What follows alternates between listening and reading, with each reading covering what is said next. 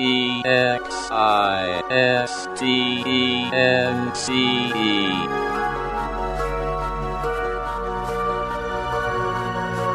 a world filled with conflict, in a universe comprised of differences, there's one thing that absolutely everything shares in common. We all exist. Including two guys named Jack and Michael, who like to chat about that very thing over a good cup of coffee. Let's pay them a visit, shall we? Existence Brewing.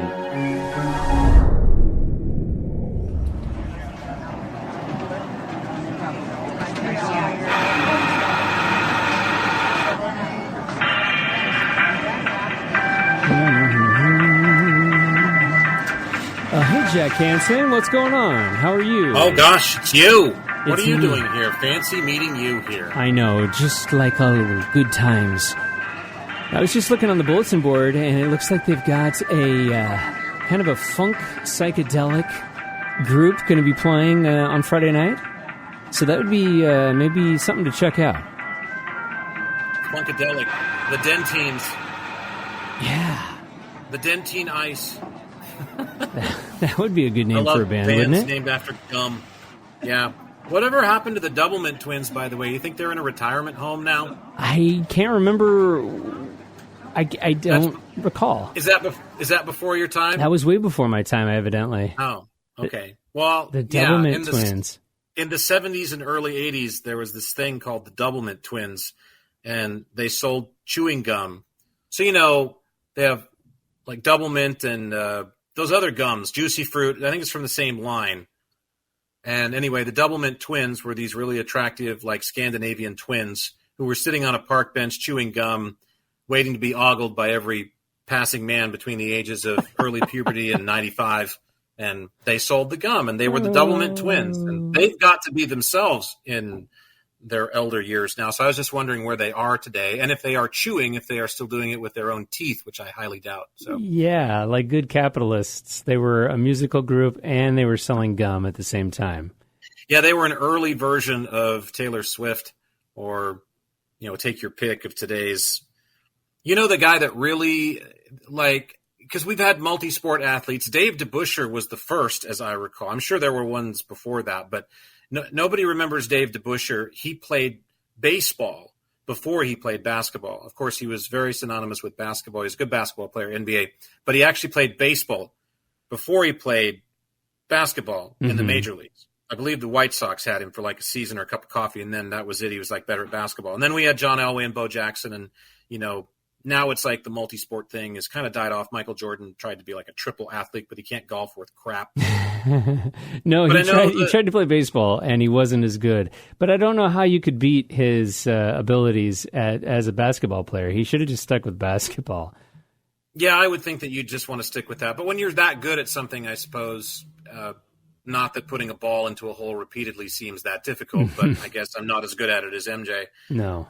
But the guy, and then there's these triple, quadruple threat actor, actress types that are also writer, director, screenplay, all that kind of thing. They're just the artists, the Renaissance people in Hollywood. And that's more understandable, I think, and it's a lot more common. But the guy that always nails me to the wall in that crowd is frickin' Al Roker. And Al so? Roker, the mystery writer. Because, look, I don't admittedly know much about Al Roker, but he replaced Willard Scott, and he's the weather guy. And I forgive me if I am mistaken here, but Willard Scott didn't know the first thing about meteorology. He lived in an era when they had weather guys or weathermen, right? And they were personalities that would give the weather. Yeah, but they didn't know the first thing about what they were talking about in a scientific aspect. So I believe, if I'm not mistaken, Al Roker, maybe he is a meteorologist. Again, all apologies to Al, but I just don't know how we make the leap, because I remember I can't say I never, because now I know this, but I rarely watched the news, like the morning news and stuff.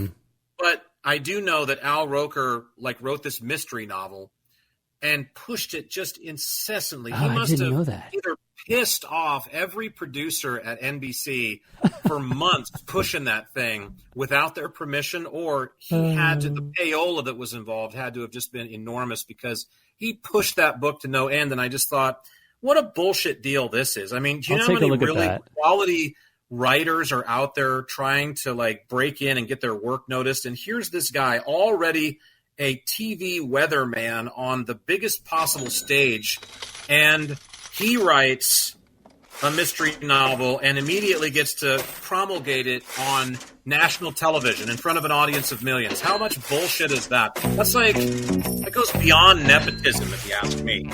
Well, it's and like brokerism. I love how they took Willard Scott and they just casted him aside and made him the Smuckers guy that would then celebrate the 100 birthdays. That was fabulous, though. I mean, Willard's celebrating centenarians because who else is doing that? You know, Yeah. I mean, we don't exactly live in a society where the elderly are revered. They're useless. Once they've reached their lifespan of spending money because they're either A, broke from doing it, or B, too smart to buy any of the shit that they've been peddled at for 70 years, they're useless in our society. So we stick them in a home and forget about them. So good on Willard for actually saying happy birthday to Mrs. McGillicuddy in Cutbank, North Dakota. It's her, or Cutbank, Montana, you know, it's her 112th birthday. And that's a damn fine achievement because you become useless in our society now at about 70, or again, as soon as you quit spending money, they're just like, throw her in a home. Well, She's I guess, done. They're done. I was more kind of going at the bend of, you know, you take a guy who is not a meteorologist and then it's like, well, now what do we do with him? And so, and I guess, yeah, you put a nice spin on it because McGillicuddy has a lot to offer society. Willard Scott has a very interesting history too. Now, as like a lot of guys who came up in television in the 60s and 70s, he started as a radio man, I want to say in the 40s or 50s, early 50s, because he goes way back. He was on TV when I was a kid, so that says something because that was the 80s when he was the weather guy on the Today Show. But he claims to have invented Ronald McDonald. He claims to be the father of Ronald McDonald. Of course, and he does.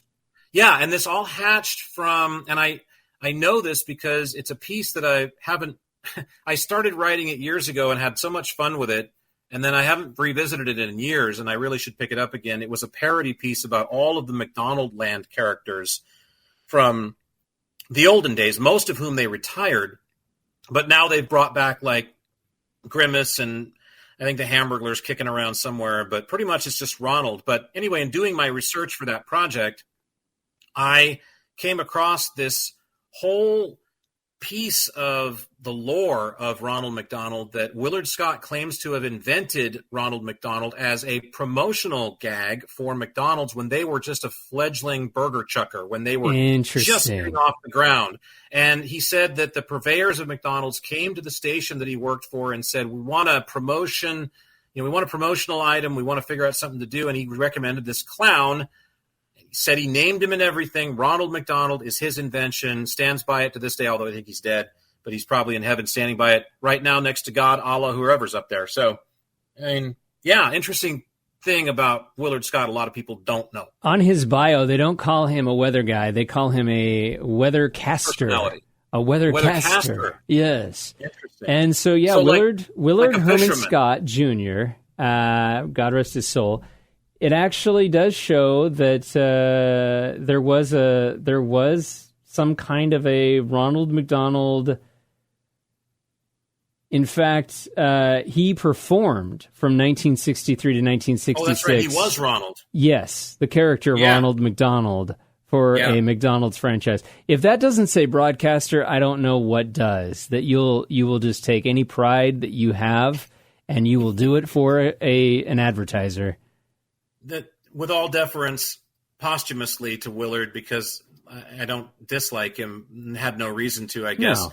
If that doesn't bring up early John Wayne Gacy, you think maybe Gacy got the idea from going as a kid to see Willard Scott dressed up as Ronald McDonald? Yeah. And he was a creepy Ronald McDonald too. I mean, I think the Ronald McDonalds that I knew as a child were nowhere nearly as creepy as Willard Scott, because you're very spot on with the John Wayne Gacy reference, because I mean it literally is a guy in makeup with a wig, and there wasn't a whole lot of other frill to that get up at all.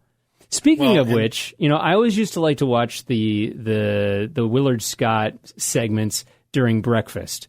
And I was reading an article not too long ago about how we shouldn't, or should we, be eating 3 meals a day. And I don't know how it was established that we need to eat 3 meals a day. It probably had something to do with Smuckers. But I was kind of looking at it going, that's interesting, because I've kind of always thought the same thing. Maybe, meals are a little different throughout the day. You might have, a larger dinner, or you might have maybe a larger lunch. And then you might do kind of this fasting as another form of dietary intake. But yeah, there was an article about should we even be eating 3 meals a day? And how many meals a day do you eat on average? Well, I guess the first thing we have to do is define meal.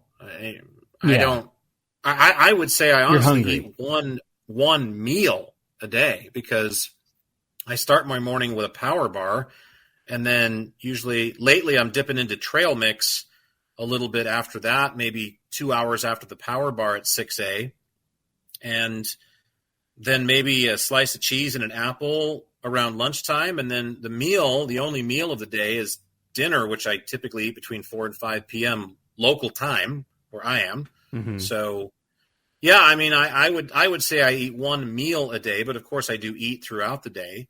I quit drinking coffee some years ago, and that used to always sate me until mid-morning.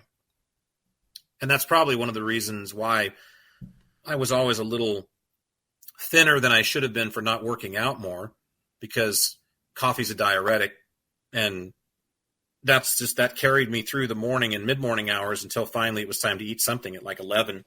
Yeah, I'm guilty of not eating. And I think that one of the things that gets me is I'm not a huge eater in the mornings. I don't like to wake up and feel like I am going to eat something that's going to weigh me down.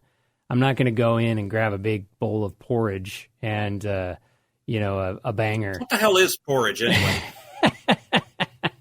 I mean, well, you brought it up. I've always wondered, like, what in the hell is porridge? Yeah, see, I've always thought it akin I've never to seen it oatmeal offered on a menu. I've never legitimately been offered it at anybody's house. Yeah, the only time I ever saw porridge was when I was in Europe, and it was kind of like a cross between cream of wheat and a thicker.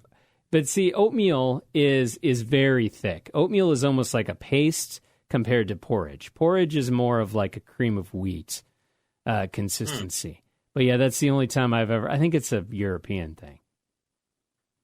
And I can't help but think of Linda Blair in The Exorcist playing Reagan when I think of the old rhyme, pea porridge hot, pea porridge cold, pea porridge in the pot, 9 days old. Because that's obviously what she threw up on the Reverend. Well, yeah. In that movie, so yeah. Oh. Yeah, interesting. Porridge. Boy, I bring up porridge. I can't remember the last time I thought of porridge. I don't know that I've ever thought of it just randomly. Nice go at that. Backing up real quick. Yeah. And to finish up on the McDonald's thing, it's well documented probably already here on Existence Brewing that I am no fan of McDonald's. In fact, I detest them. Not only am I a believer in what they peddle is absolutely just tantamount to toxic waste in a cardboard box with a toy surprise, but they're also, and they have been, by the way, one of the largest culprits of the destruction of rainforests in South America for decades. In fact, they were really the purveyors of that in the 1960s, so they could raise their cattle for pennies on the peso or whatever the hell it amounted to. But I will say this about the one Ronald McDonald that I ran into in a lifetime. I was working at the local baseball park. We have a summer league team here, a collegiate summer league team. I did their PA for 3 seasons, and we had mascot night, and they had all the cool mascots out there. They had like ours, which is a like wolf thing, fox, I guess. And then they had some other ones out there that belonged to local radio stations and a few other ones from around that were just, and mascots I love mascots. They're weird. I love like looking at them, and they do something strange to me. I have this affinity for mascots. they've got Ronald, this guy dressed up as Ronald, running around out there amongst the mascots. And I'm just like, me and the guy next to me who worked the scoreboard, we were good friends. And we were just like, get this freaking guy out of here. He's not a mascot. He's a shill.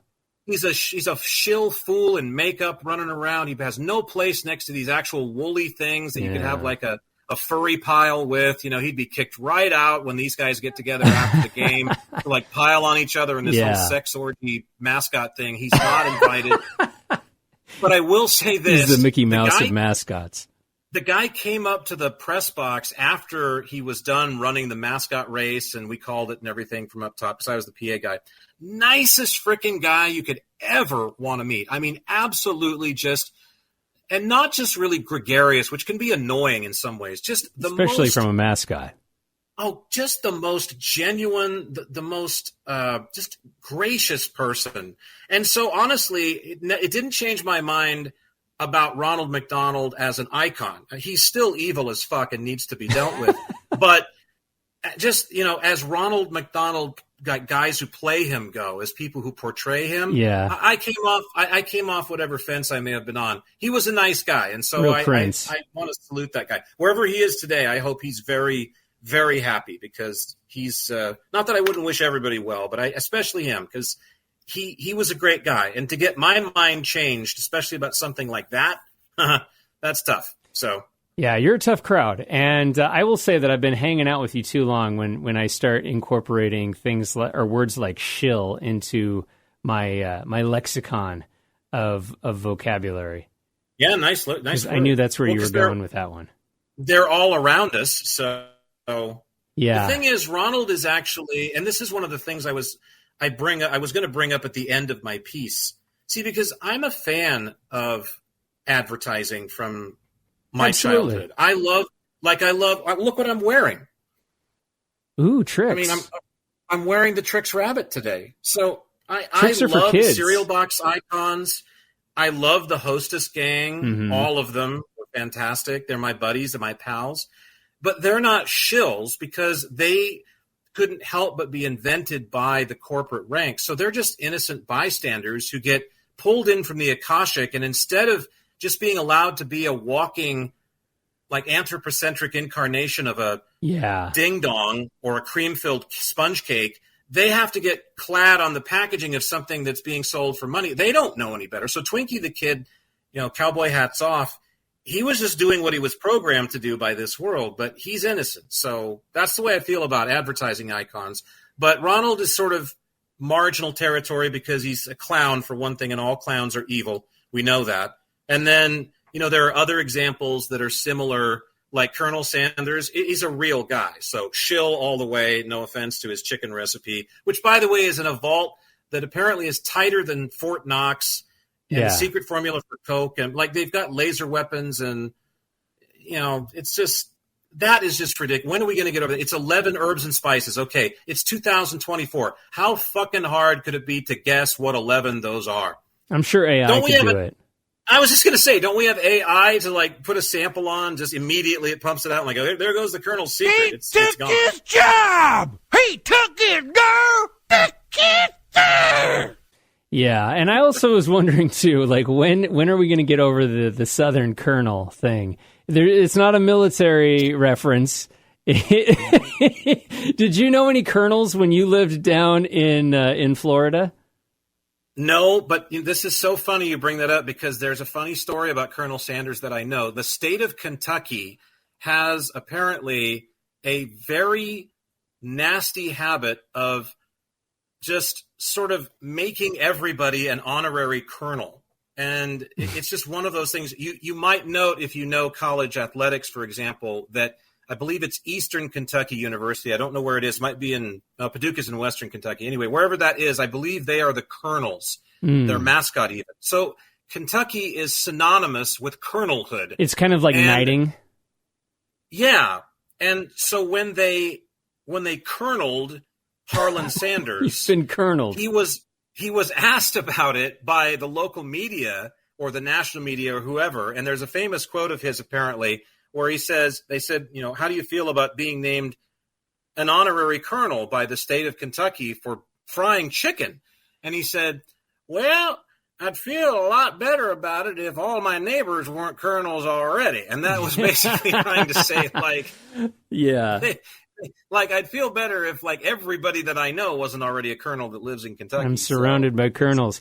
You know, it's funny that we bring up colonels, and I think people who listen to the podcast might think that we like we like script this or something, but no, really, this is how messed up Jack Hansen in my life really is, because we just bounce around from topic to topic, transition material to transition material.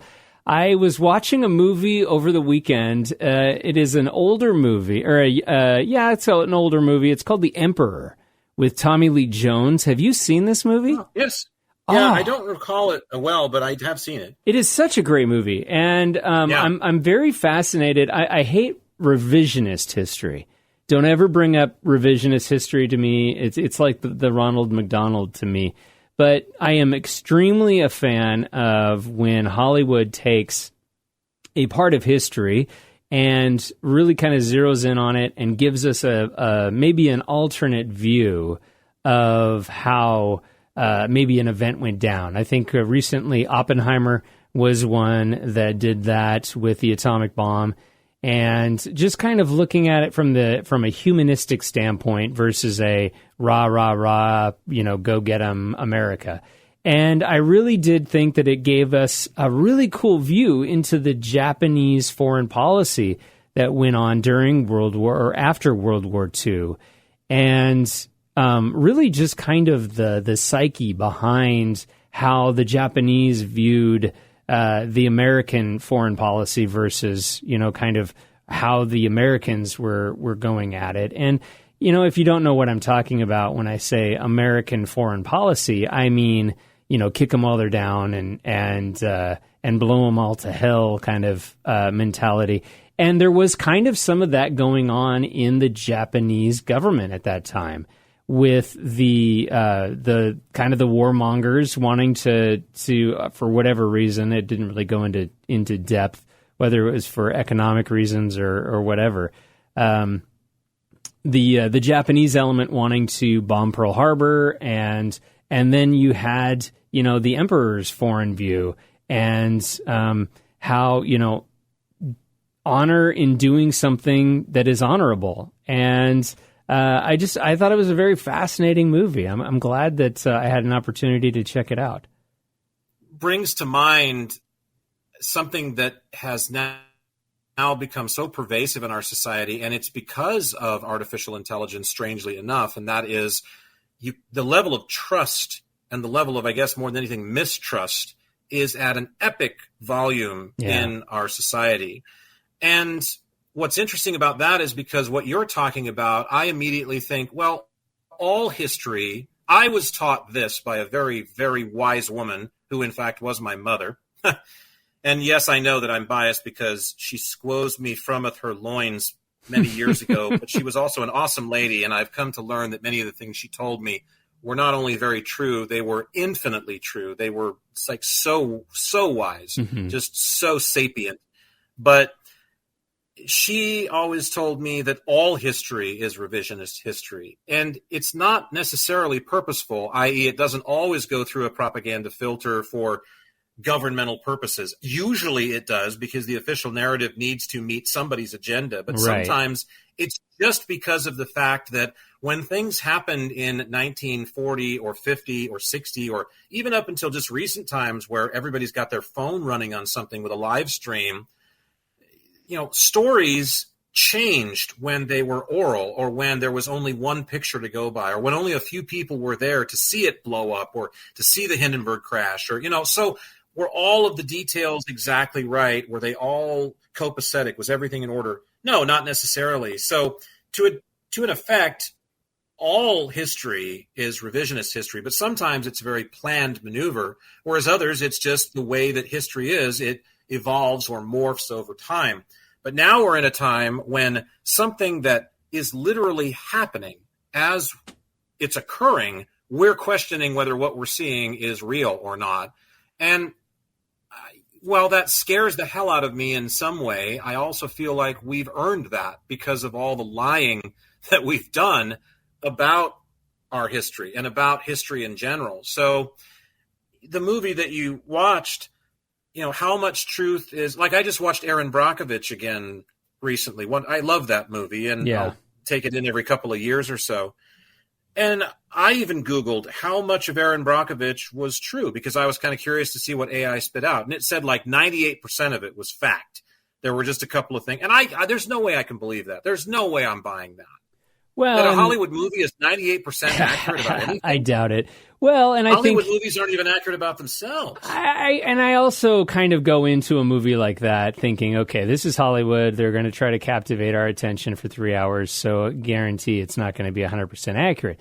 But I guess one of the things that I latched onto was the worldview. And I'm always very fascinated in how someone views something from a different lens. And whether it is, the American occupation of Japan and how the two cultures really were then looking at the world vastly different. And I just find it fascinating. And I do think that it is kind of by design, because, you do have a little bit of this theme that is developing in our pop culture right now, which is very revisionist. Okay. You have books and movies that are coming out from the point of view of a minority, or you have the point of view of something that's contrary to, John Wayne and the American bravado, whatever that might be. And so I do think that it's something that with what we just witnessed with the presidential debates, and of course the Democrats are already saying that, how do we get rid of this guy? I mean, good luck. The Republicans have been trying to get rid of Donald Trump for at least 3 years, and they haven't been successful in that. So, I think what we have to do is almost kind of look back and say, how is it that our democracy functions in this kind of a world anyway? Because it almost seems like it's just a soap opera that keeps repeating itself every 4 years. They're doing it wrong. I can do it better. And in 4 more years, don't question me on it, because by then, I'll be having another can of worms that I'll try to force in front of you and say, wow, I've been able to hoodwink you again. Well, here's a point I'd like to make about revisionist history that I've always thought was really poignant. And that is that revisionist history only seems to be applicable to the people who are in that time frame that want to change the narrative of something that's already happened. Mm-hmm. If you go back into all of the books that were written by Samuel Clemens and scrub the N-word from them, which there are quite a few passages that, link it. Okay, you've sterilized a book, and really, for future generations, you've made no difference, because, believe it or not, we will live in a time very soon where no one cares about that. There should be no reason as to why we should have a statue of Robert E. Lee in any United States city. Should we have statues of anybody? Well, but now you're going back to your Socrates and your Plato, which is what is a statue. I mean, come on. Well, because I'm trying to get it off of the human, this human rive that we but that's at the core of it, isn't it? That is at the core of it. I understand what you're saying. Yeah. That, to memorialize someone who in whatever way, shape, or form might be a tyrant, wouldn't necessarily be the best move, and how this was allowed. I also think this kind of can lead to the fanaticism that we're seeing in a world that is as troubled as ours today, because then that becomes the central focus of why everything's wrong. The statue, which again is just a statue, becomes it's the idolatry of why everything is wrong. It's the embodiment of everything that's wrong with the world. And really it's not. It's just a statue. We're not looking at ourselves or our past or our potential future hard enough. We're not contemplating enough. Because show me one statue in the United States, at least, that isn't of somebody that hasn't done something wrong. Oh, whether absolutely. it's lose a war for the wrong reason or not. The biggest things that I can think of that are hewn into the rock of America are those motherfuckers that are sitting on Mount Rushmore. And every single one of them, if I'm not mistaken, maybe Roosevelt had slaves of a different kind. They all kept a couple of them out. But George Washington had 14, if I'm not mistaken, if you just look in whatever revisionist history we're down to. Maybe it was really twice as many. Maybe it was really twice as few. I don't know. All I know is that there are skeletons bouncing around in everybody's history. Absolutely. And so I don't, it's like the radio show that I believe I brought up at one point that I told you I hosted for an audience some years ago when I was working about the Robert E. Lee Elementary School here, thousands of miles away from where Robert E. Lee ever walked or did anything in the Northwestern United States, for God's sakes. And they're wanting to rename the school because it's suddenly an outrage that there's a Confederate general who's on an elementary school here. And my question to the audience was, okay, if we're going to get all worked up in Washington State about General Lee being not only parked out front of the school probably by the hillbilly who painted his Dodge Challenger like it, but also by the actual man himself who the school is named after, why are we not going to change the name of the very state that we reside in when George apparently had about a dozen or so black folks outside that were his slaves? We need to be, if we're going to be equal, we need to be equal of action. And I'll tell you what, if you think cleaning up a syrup bottle or one monument to some Southern fried Confederate guy who liked his grits upside down, you're gravely mistaken. We're never going to be able to scrub the evils of our history. We're focusing on the wrong thing. We aren't focusing on the future. So true. We're not focusing on the future. We're focusing on what's already happened, and all of that's already happened. So pull down as many statues as you want, remove as many black people from boxes of rice as you want. I say it makes absolutely no difference because a box of rice is a box of rice, no matter whose fucking mugshot is on it, and a statue's a statue, no matter who it's of or what it might represent or stand for, which is going to be something different to everybody. We're focusing on the wrong thing. But I do understand what you're saying about making monuments to, things that maybe aren't in our best historical interest. Well, and it's not even just historical interest. Now you start to even inject something that I didn't really think about, which is, just kind of this concept of a monument of any sort, right? And the power that we place behind that message or that person or that ideology. And I think we had a great example of that yesterday when we had two Americans standing up on CNN, a very controlled environment, I might add, having a debate. And I think it's become more and more evident that the person who sits in that Oval Office has less to do with my life than my decisions that I make every day. Sure, and it's always been that way. Yeah. I mean, and that's the beautiful thing about that very fact, about the awakening of that very revelation, that, yes, it is about me every day. It all starts with me because I'm the only one that is truly able to be here. Other people live their lives. This is my experience. It's been given to me.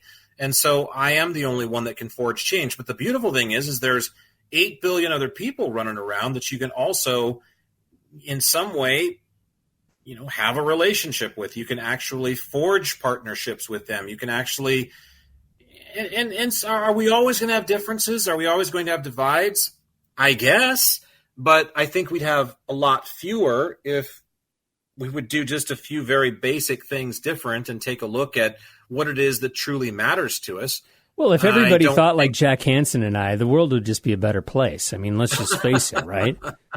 Well, I'm not sure the world is ready for either one of us en masse, but, hey, it's just ideas, I mean, I'm just throwing out, and just like you're just throwing out thoughts, ideas, in the course of trying to shift my own perspective, because it's always wonderful to come across something like I said about Willard Scott, or like I said about the guy who came up to the booth that played Ronald McDonald that one night in the ballpark. I mean, that changed my attitude. And I didn't want to. I'm just like, I hate Ronald McDonald. He's a clown. He's evil. I mean, you stack up these Confederate generals and these Nazi Party guys next to Ronald McDonald, I'll show you, like, Tweedledee and Tweedledum. They're nothing compared to Ronald. He's a clown. Clowns are evil.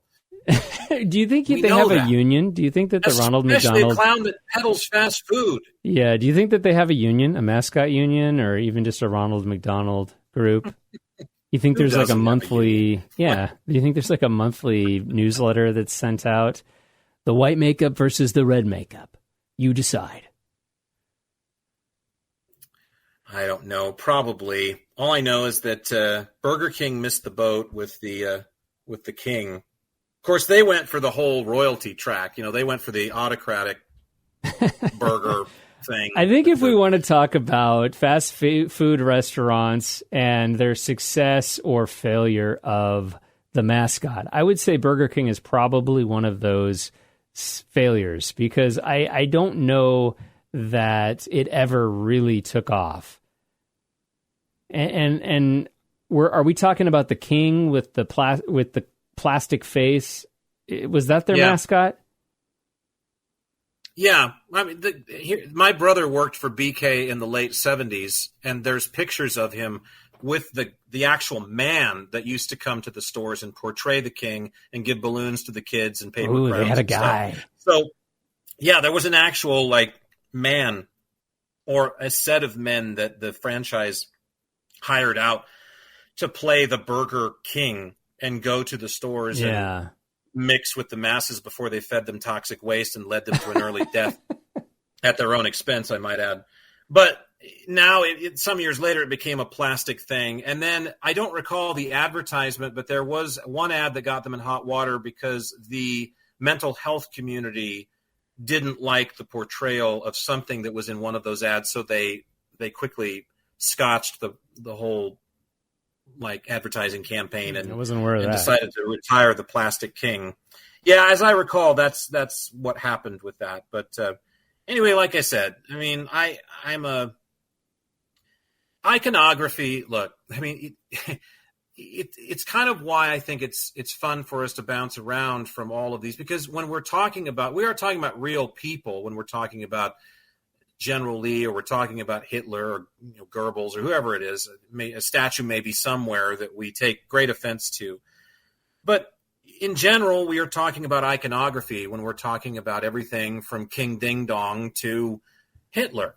It's just a statue of something. It's just what it is. And again, but it is what it represents, right? Well, it's always going to be subjective, because to the Nazi skinhead that is from Sandpoint, Idaho, he's going to bow down and pay homage to the statue of Hitler because of what it represents.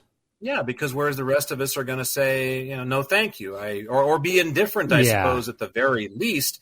And so, again, these are agents that can come into play that I think can tilt us into a little bit of euphoria that isn't necessary. We can get worked up over something that really, at the end of the day, isn't as important as the ideology that may be surrounding whatever this is.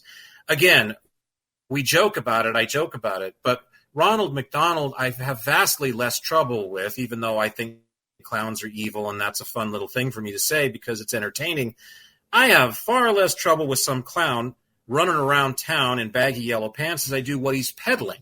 Fast food kills people. It's got chemicals in it that destroy cells in the body and lead to cancer. And I mean, I'm convinced, look at the research. Watch Super Size Me. Even though the guy was drunk 9/10 of the time, I don't care. I still think it was a relatively accurate portrayal. So it's, again, not Ronald. It's what Ronald is surrounded by. It's what he symbolizes. That is my problem. Yeah. Yeah. And so, again, and when we get to Hitler, it's different because it's like, well, he's the embodiment. He's the king Nazi. I get it. But really, at the end of the day, is it Hitler that you hate, or is it what he represents? It was the message behind it. It's what he represents. Of course it was. Absolutely. Because the man is dead, and all men will die. And so, therefore, that embodiment, be it a fictitious one in the form of a mascot or of a human being, it's all ephemeral. They will all come and go. It will all get scrubbed from the history books like we're doing now at some point. But the trouble is the winds of whatever they were selling could blow on into the future. And that's where we want to just have a gauge out that tells us, like, okay, we've seen these winds before and they're coming around again. We need to be on guard because, well, and I think that again, it's happened. The earliest age possible, we should expose our kids to being critical thinkers. Just like you and I, we see something, we see a symbol, we see a message, we see a movement, we see a whatever. And I think immediately what we do is we kind of go, okay, well, what does this mean? How do I view this? And so many times, time and time again, we see people jumping on a bandwagon, whether it's the Taylor Swift, whether it's how many different things have we brought up? This podcast should just be called the Bandwagon Express, because I think really what we see in society is that we don't really want to think. We just want to kind of jump onto a bandwagon. Yeah, I was going to say, I don't mean to mince your words, but critical thinker, I'd settle for just thinker. Because at this point, we have and the thing about the generations that are coming up is that I honestly believe in do you know what indigo children are? The theory of rainbow children, crystal children, that there are generations of kids that are being sent here from somewhere else that are more in tune with the universe, with the galaxy, with the planet, with the whatever you want to say. Yeah, so there's a long-standing kind of like theory. Yes, I am a self-prescribed one of those, and I have been told by many a sage that I am one of those too. And that wouldn't surprise me because we generally do not want to be here. We want to be somewhere else in the universe, but this is where we need to be because we're supposed to try. Oh, God, home. I'll tell you that story sometime because I was shown home once when I was having cranial acupuncture, and it was phenomenal. But, I am a fantastical cynic.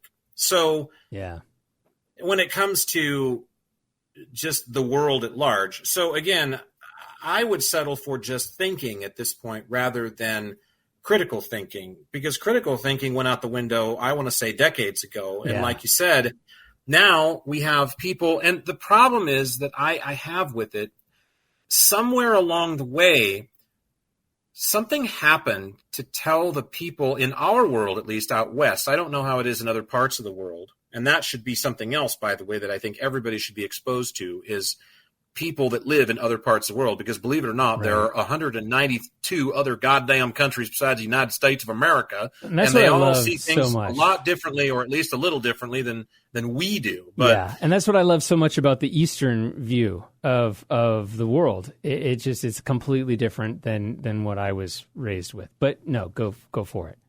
Well, I just, It seems to be a matter of apathy to me. It seems to be a matter of just lethargy, of just convenience, of look, and that's always been my problem with organized religion, is that it's packaged up for me already. So rather than me having to contemplate every verse and every story in the Bible or in the Bhagavad Gita or in the Quran or pick your religious text, I get the luxury of being told by the rabbi, the priest, the reverend, whoever it is, and I'm not saying that, religion is bad. That's the last thing I'd want to do.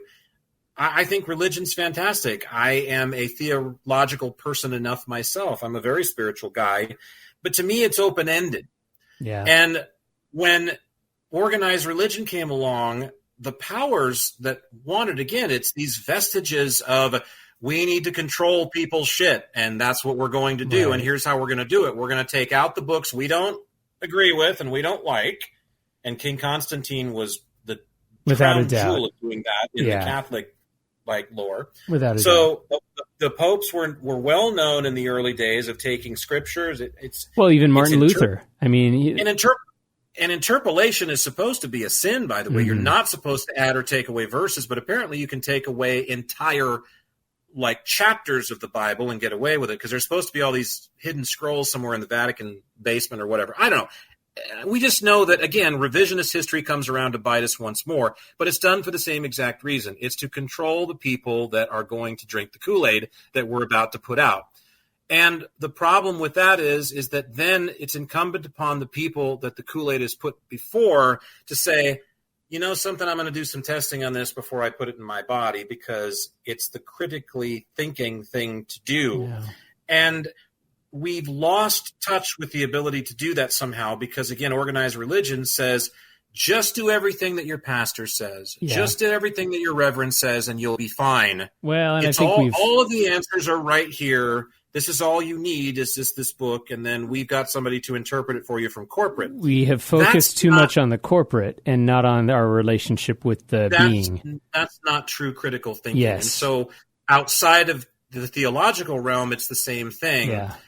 Politics, to my end, is an absolute waste of human energy and time. Also, I don't even know what that's about. Politics just has to go away. But in any other sense, critical thinking starts with, listen, I'm not, just because I voted for this person or I happen to agree with their policies or their thoughts or feelings on this or that or the other, I'm not going to necessarily agree with all of the other this, that's, and others that they say. But that seems to be a lost art form. Granted, I was a big fan of George Carlin when he was alive. I did not agree with everything that he said. I did not find every single thing he ever said to be funny. There were a few things I did not agree with. I said, George, that's too far.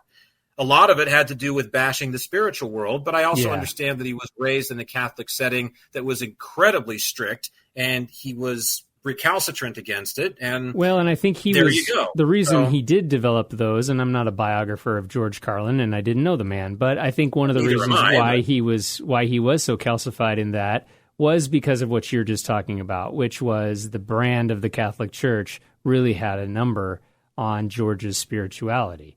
And unfortunately, I kind of feel like maybe they turned their back on somebody or wronged somebody who really could have probably been one of the best advocates for organized religion. If you think about people who were able to communicate with so many different people on so many different levels, George Carlin, I think, does a number over any reverend any day. But the beautiful thing about critical thinking is this too, is I can love George Carlin, I can like his work, and I can go through it for months and months and months and listen to stand-up routines and read his routine, just fall about myself, and then come across something that I'm not particularly fond of, and still not make him a pariah, still not ostracize him from my life. Yeah. Again, it goes back to what my mom, fucking genius as she was, used to say to me about everything. Take what you need and leave the rest. Yeah. But you don't throw out the book. You don't throw out everything just because it doesn't fit the narrative of your timeline today. And now we go back to what we originally began talking about today, which is the place that we're at in society, which is we're wanting to throw out everything that we've ever done in this capacity and that one, because we just don't like it right now, or it just doesn't fit the narrative right now. Right. When 50 years from now, or probably even less than that, it's not going to matter to anybody anymore. We'll be on to so many more problems. There'll be so much more going on. I mean, ask all of those guys who went around and worked so hard to deface all of those stone monuments in the ancient world when this, that, or the other emperor or religion took over that part of the, and came in and to do its conquering or what have you.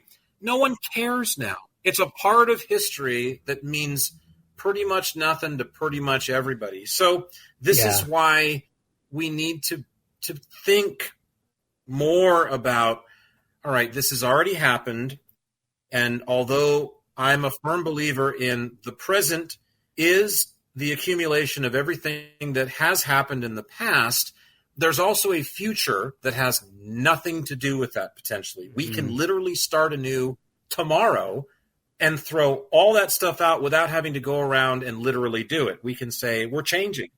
Yeah. But rather, the change doesn't start with burning or defacing what was yesterday. It starts with just or defacing on. Somebody else's beliefs or whatever it might be. Well, we're not moving on. Yeah. I don't feel like we're moving on. And I feel like there's so many people that'll look you in the eye these days and say that they're really ferociously into these causes and say, we are moving on, we're making progress. And I'm looking at somebody who's truly not moving on because they want to be stuck in how appalling everything has been. They want to be stuck in the angst of yesterday rather than actually moving to the future that they claim to be envisioning. Well, and I know that can be hard, but... Right, I'm a Christian, and we've talked about this on this podcast. I mean, I find it very interesting sometimes within our own religions that there are people who have such divisiveness.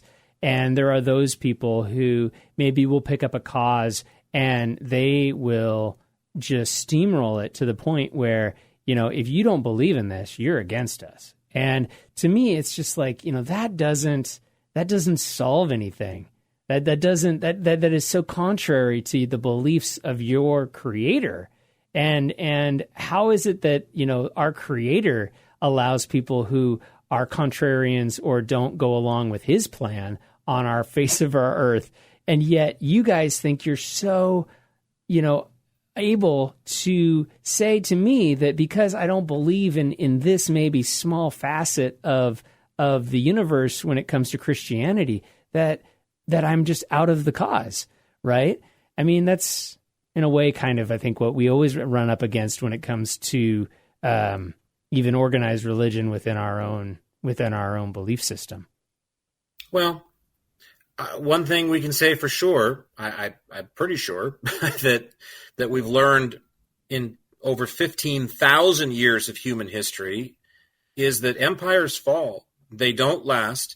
Ideologies don't last. Governments don't last.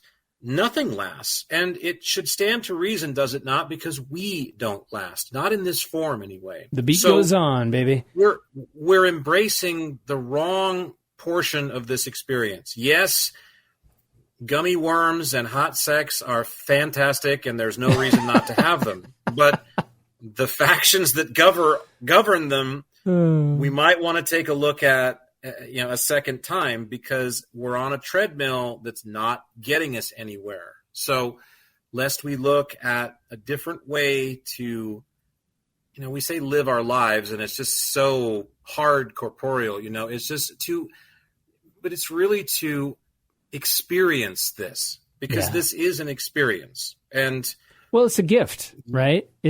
Our existence is a gift, and the only thing that is definite is indefinite. And I just think that we're always on borrowed time, and that's kind of why I've become more depressed with Neil deGrasse Tyson videos that I run across on YouTube. Not just because of Neil deGrasse Tyson, but I always love just. And it's not even just him, but I think it's the entire field of movie star physicists now that I'm just very, very intrigued by, because they have a way of looking at the world and at the universe. And I always just ask myself, how does this guy go to bed at night knowing that we're all just one tick away from our existence being wiped off the face of the earth? By the way, did you get I know I jump in there after I throw that grenade and I pull the pin. But yeah, and I was going to say, I got to throw that grenade back, Did you see that text message that I sent you today regarding that video of Existence? I didn't get a chance. Oh my gosh. You need to watch that, because it is so fascinating to me on how many parallels there are to our podcast. And we had no reason to tie a podcast to some of this whole concept of what is existence, and what is our existence in this life, in the afterlife, and what is the afterlife, and do we have an afterlife? And there's scientific evidence that is pointing to absolutely there's an afterlife.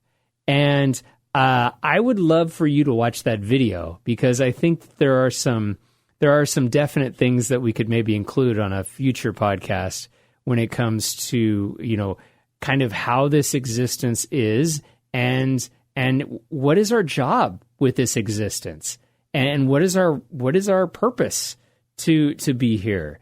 And I know a lot of times we ask that very question on this podcast. Yeah, it's the whole contemplation of to be or not to be in its rawest form. I guess it's in its purest form. By the way, again, you keep ponying up the train here, but I can't resist. Neil deGrasse Tyson is an absolute government puppet shill to the core. Yeah, he is a corporately controlled, hand up his ass scientist who is barking all of the wrong things. The narrative is completely slanted towards a scientific theory that dominates anything that may defy empirical evidence, of which he has none, of the greatest questions, like any scientist that's out there. I'll give you a great Neil deGrasse Tyson story. He's being interviewed by Larry King, the late Larry King, before Larry King dies. And Larry King, I don't know, it was like the promo thing. Next up, Neil deGrasse Tyson tells us if there's an afterlife, right on this same subject. So Neil deGrasse Tyson has apparently set the table for Larry King. Fork, salad fork, dinner fork, silverware, everything in the right place. He's going to literally serve up a 5-course meal about what happens to us after we die. And he's promised this on Larry King Live, which was a big deal back in the day. An American astrophysicist is going to tell us what happens to us after we die. Ooh, that's riveting.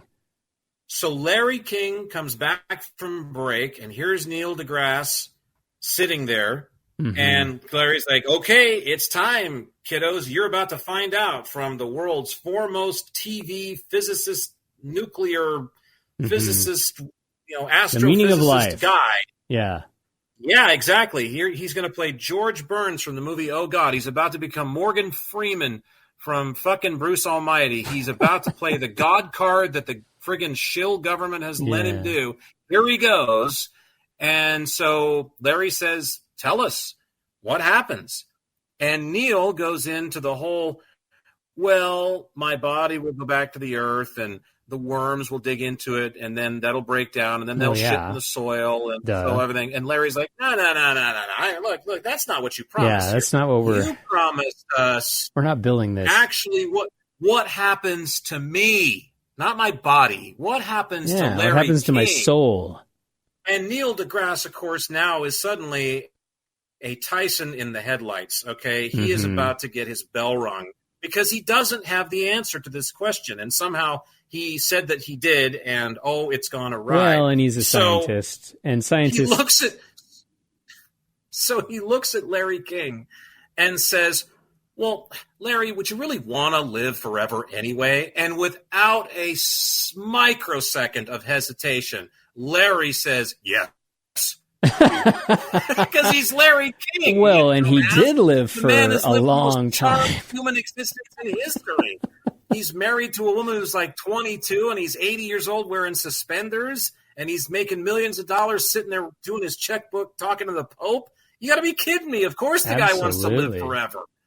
Oh, God, it was hilarious. I just cracked up. I was like, what an absolute joke. I have a friend from high school who I've known for a long time, used to send me videos of Neil deGrasse Tyson. And finally I had to say, you need to stop sending these to me, because it's like sending me videos of like Fran Drescher. It annoys me. I don't want to see this. Okay. You don't understand like where I stand with this guy. So, but you do like Stephen Greer. Yes, Stephen Greer is not a corporate shill in my estimation. He's his own person, and he's gone to great lengths to shield himself from being. He's turned down more opportunities to speak on more UFO shows, from what I understand, than you can imagine, because he doesn't agree with the way the material is being presented. Well, and supposedly, according to the YouTube video I saw yesterday, he, in his own words, said that he turned down $2 billion. Yes, from the dark government. From the dark government. And I want to know, okay, who has that checkbook? Because $2 billion doesn't need to be thrown out just willy-nilly to anybody. Okay, I'll give you another name. And I honestly think it was more than $2 billion, but maybe you're right because you just watched it. I don't know. Yeah. I'll throw out another name that if you thought you were ready for Steven, are you ready for David Icke? Do you know who that is? No. Okay, so David Icke is considered to be the father of the modern reptilian conspiracy.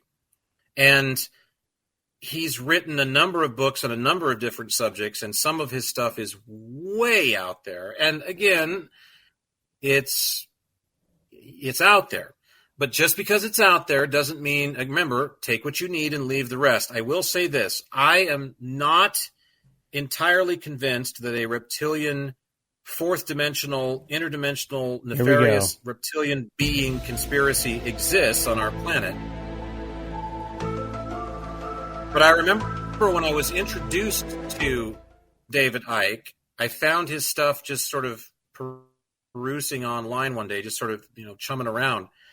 And I will tell you this much. If he purposefully made this story up just to sell books and create a narrative, which many of them do, it's one hell of an ironclad story. It had You'll have to send it to me. It was sending chills up my spine. This guy used to sell out Wembley Hall, by the way, too. He has done talks, lectures in front of tens of thousands of people in the United Kingdom, by the way. So I don't want to go into the reptilian conspiracy theory half-cocked. I would definitely want to read this. I was trying, and in saying that, I was just trying to let you know who he was. But David Icke said of these dark conspirators, of these people that actually run everything, they're the they, that remember, money's bullshit. It doesn't exist. You can print it at will, and governments have for years. Yeah. And obviously, if they play their little accounting game, it gets them in trouble. But at the end of the day, you can feed a child that's hungry if you give them food. You don't need anything that has some old general's mugshot on it, right? That's counterintuitive completely. It's ridiculous. And apparently, you can just throw $2 billion at somebody and make them shut up. So that's what David Icke was approached by one of these people, and that was his story, was just basically, we're going to buy you out because we don't want people to know this, and what you're doing is dangerous, and we're just going to buy you out. And he offered him a magic credit card. He offered him a magic card, and you literally swipe it at any ATM in the world, and it's an unlimited balance, basically. You just literally get whatever you want. What would you do with something like that? Oh my God. Maybe that's another podcast episode altogether. What would I do? What would Jack Hansen do with a magic credit card with an unlimited balance? I would need to think about that. I might call David Icke. Besides what did you do? Buying a giant football helmet filled with cottage cheese. You know what I think I would do? Yeah. I think I just figured out what I would do. And again, kids, if you're listening, don't kill yourself. But I think I would go out and buy the most egregious sports car that I could possibly imagine. You wouldn't. The latest Koenigsegg. No, you wouldn't. $20 million supercar. No. And get in it and just drive off a friggin' precipice at high speed and just mangle that fucker and go out in a ball of flames and say, at least I took down one of these egregious, stupid hypercars that are in the world today. No, you wouldn't. And so, who was the physicist that you do like? Well, Carl Sagan. Sagan, that's right. And that's who I tried to think of, Greer versus Sagan.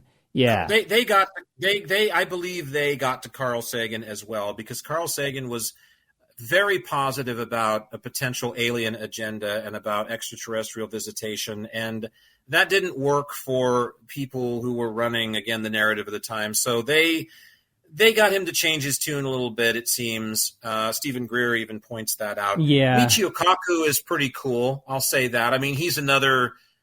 But he's getting old, and so they're sort of retiring him. And I'd like to maybe spend some time with some of these figureheads, because I do feel like they come onto the scene, whether it's on the internet, it's just our awareness. They come into our awareness, I think, at very interesting times. And I think that you can... Who are these people? Exactly. And I think you can go through somebody like Neil deGrasse Tyson's bio, and you can say, oh, well, no, he's been here for years and years. Well, but no, he hasn't, because, I mean, you and I have been playing this long enough to know that, you know, you are given so many subscribers and you are given a platform if what you're saying is beneficial to the powers that be. And I'm not wearing a tinfoil hat when I say that. I mean, your view of the world is censored drastically if you don't go along with the beaten drum. Yeah, absolutely. And they can run anybody out in front of you they want and say, oh, look, it's Neil deGrasse, whoever.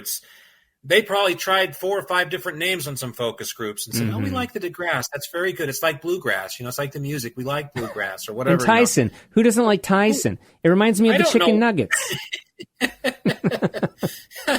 Yeah, it'll ground the boxing crowd. They'll love him. So, yeah, I don't know where these guys come from, but they come from somewhere. And again, critical thinking. You just have to be ready to say, interesting. But again, aside from my personal belief that Neil deGrasse Tyson has a corporate hand up his backside that runs his little mouth, my biggest issue with him is that, I mean, he's very hardcore science, and he's kind of down on theology and on spirituality, it would seem. He's sort of bashed that in interviews that I've seen with him in the past. Not that I paid too much attention to him, but my biggest problem is that he has this enormous God complex. Mm-hmm. I mean, to go on Larry King and say, I'm going to tell Larry King Live's audience tonight, he's got all the meaning answers. Of life. I'm going to tell you about what's going to happen to you all after you die. I mean, my God, there's a few of us that might be wondering about that. And then, of course,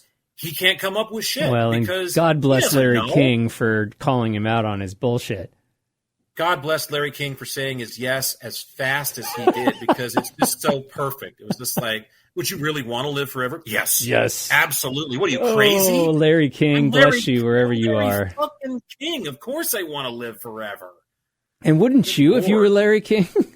Well, and that might be the death note to end this whole conversation on, is just a reminder about death and what it is. And we may have brought this up on the podcast before, but just that, you know, what we fear when we talk about dying is not the actual act of dying. It's not my physical body dying. It's not, you know, we really, when we think about it, we don't fear the fact that we might get cancer and it will be the end. We don't fear that the plane might crash. Yes, we fear that because we might be afraid or terrified for the few minutes it would take for the thing to go down in a heap of flames or whatever. But aside from that, we're okay. You know, it's the concept of losing our identity that I feel is really behind the fear of death. It's the idea that this Michael person or this Jack person won't exist anymore. Yeah, and we just can't.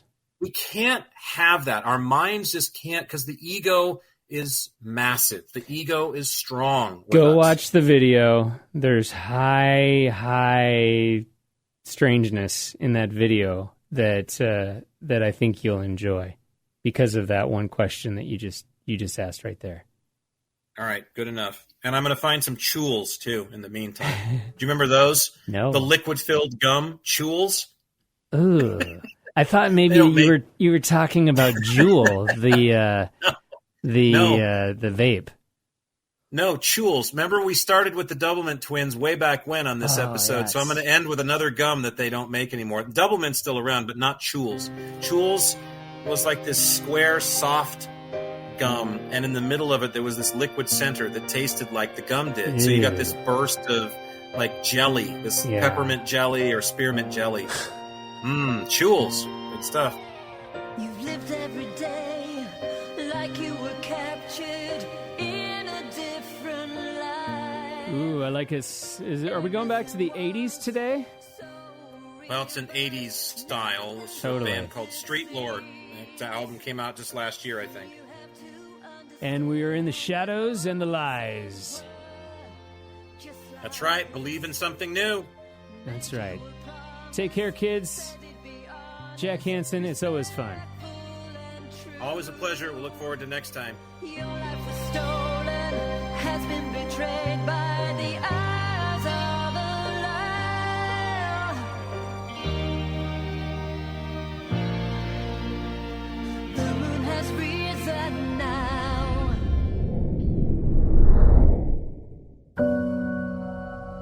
Well, it looks like Jack and Michael have finished up their latest chat about all things existence. But if anything they said got your own Existence Brewing, be sure and catch their other talks at existencebrewing.com and drop them an email to share your thoughts using contact@existencebrewing.com. Existence Brewing.